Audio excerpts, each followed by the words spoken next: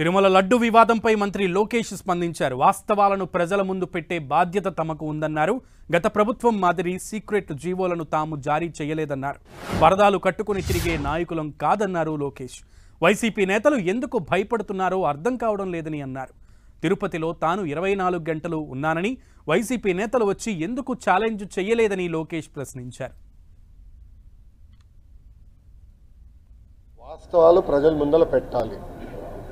గత ప్రభుత్వంలాగా మేము సీక్రెట్ జియోలు ఎక్కడ ఇష్యూ చేయట్లేదు.